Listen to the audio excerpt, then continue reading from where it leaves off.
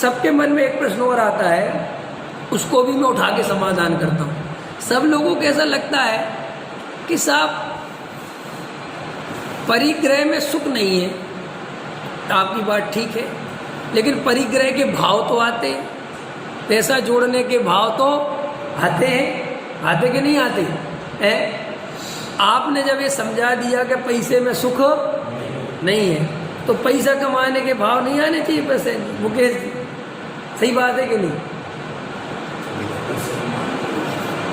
इस बात का उत्तर दे दो, कोई मजा आए। क्या काम है? ये हमारी बहुत बेसिक प्रॉब्लम है। क्या प्रॉब्लम है? हमें ऐसा लगता है कि जब पैसे में सुख नहीं है, और हमें ये बात समझ में आ गई, जच गई, श्रद्धा भी हो गई, तो अब हर पैसा कमाने के भाव क्यों आएंगे? और अगर पैसा कमाने के भाव आ रहे हैं, इसका मतलब अभी वहां सुख दिख रहा है। कई लोग आपसे कहेंगे, पंडित जी आप इतना बढ़िया समझाते हैं, फिर आप व्यापार क्यों करते हो? आपको मैंने देखा पैसों के लिए भटकते फिरते हो गए कि नहीं कहोगे? पंडित जी भी क्या कहेंगे? क्योंकि इसको समझाने के लिए सामने वाला ज्ञानी चाहिए। अज्ञानी को ये बात समझाई नहीं जा सकती। क्यों नहीं समझाई जा सकती? क्यों नहीं समझाई जा सकती? क्योंकि उसकी दृष्टि है निमित्त की, उसकी दृष्टि काय की है, और सामने क्या दिख रहा है कि परेशान हो रहा है, पैसे के लिए घूम रहा है, और स्वरूप क्या है? जीव घूमता नहीं है, जीव जानता है। वो तो जो वर्तमान परिस्थिति है, उस पर्यायगत योग्यता, उसका उदय, कर्मों की स्थिति, स्वरूप की अस्थिरता, ये सब उसके कारण चल रहा है। उसके अंदर मिथ्यात्व नहीं है। इसलिए चक्रवर्ती आदि मिथ्या दृष्टि नहीं होते और सम्यक दृष्टि होते हैं, और इतना सब कुछ वैभव होता है। और एक आदमी के पास कुछ भी नहीं होता, झोपड़ी में रहता है, तो भी मिथ्या दृष्टि होता है। तो मिथ्या दर्शन, सम्यक दर्शन श्रद्धा का काम है, काय का काम है। और हम श्रद्धा और चारित्र का भेद कभी नहीं समझ पाते जब तक स्वयं सम्यक दर्शन ना ले लें, अथवा सम्यक दर्शन ना ले लें, अथवा सम्यक दर्शन की सच्ची तैयारी ना कर लें, वस्तु स्वरूप पे सच्चा भरोसा ना कर लें, तब तक हमें बात समझ में नहीं। इसलिए लोग कहते जब हमें परिग्रह में सुख ही नहीं दिखेगा, तो हम परिग्रह बढ़ाएंगे क्यों? ऐसा लगता है कि नहीं? ऐसे ही बताओ, लगता है कि नहीं लगता? मैं यहाँ तुमसे कह के जाऊँ कि परिग्रह में कोई सुख, और तुम्हें शाम को खबर मिले कि विवेक जी ने 2 मकान और खरीद लिए, तो तुम मुझे सबसे ढोंगी पंडित कहोगे कि नहीं? है साहब, एक तरफ तो कहते हैं कि परिग्रह में, ये जैनियों पे बहुत आरोप लगाते कि नहीं कि इनके यहाँ परिग्रह पाप बताया, और सबसे ज्यादा परिग्रह किनके पास है? गजब गजब की बात। लेकिन भाई जैन दर्शन को तुम जहाँ से समझते हो, जैन दर्शन वहाँ से नहीं चलता, बहुत सूक्ष्म है। वो कहता है तू जिसे परिग्रह कहते हैं, उस परिग्रह को तो हम बहुत बाद में परिग्रह कहते हैं। क्या कहता है वो? जिसे तू परिग्रह कहता है ना, स्त्री पुत्र मकान दुकान बर्तन सोना चांदी, ये तो हमारे यहाँ बहिरंग परिग्रह है, और इसकी चर्चा हम बहुत बाद में करते हैं। हमारे यहाँ पहले नंबर का परिग्रह मिथ्यात्व है।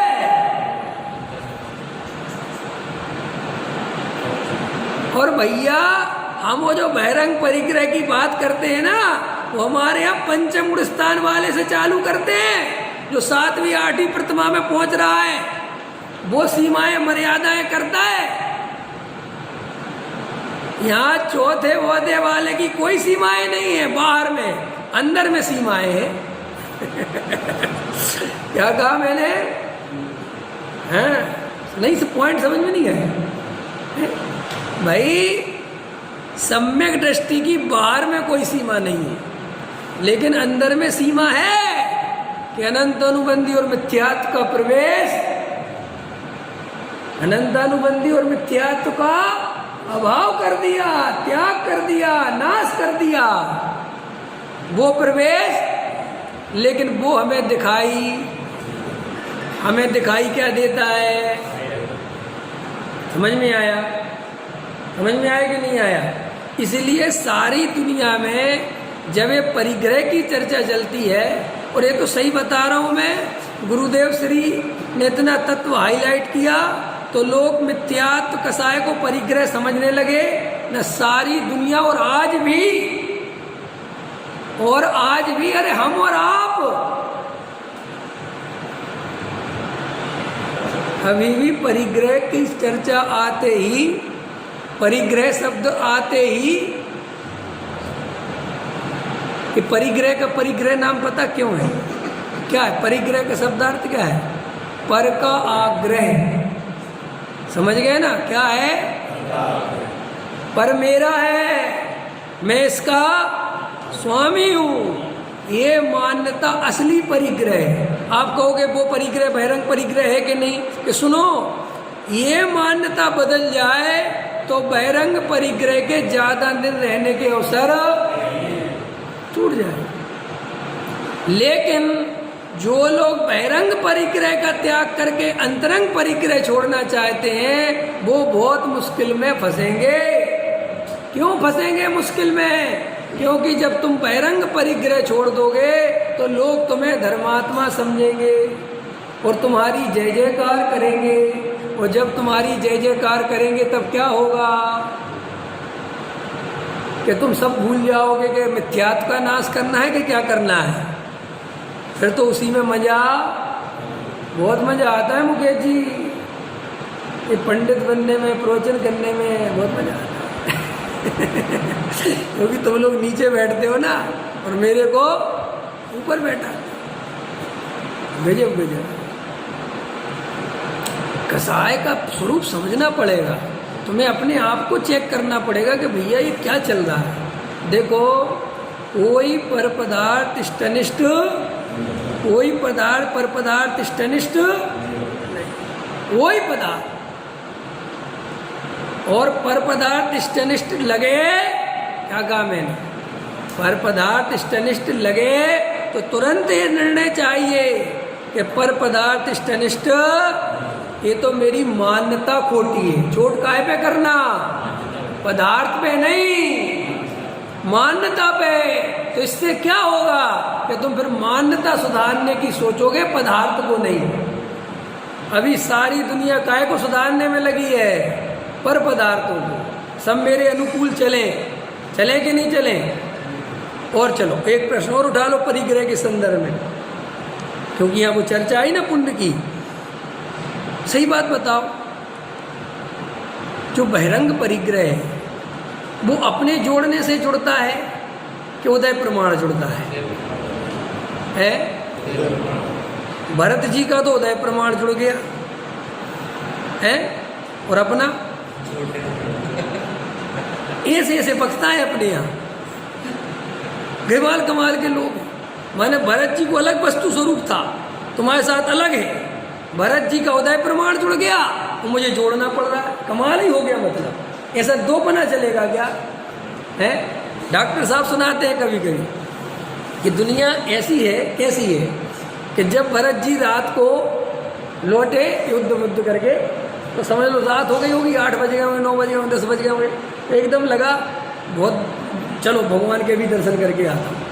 तो रात को 12 बजे पहुंच गए। कहाँ? वो पहुंचे, भगवान बोल पड़े, दिव्यध्वनि गिर गई स्पेशल। तो लोगों ने कहा कि भैया ये दुनिया में कहीं भी न्याय,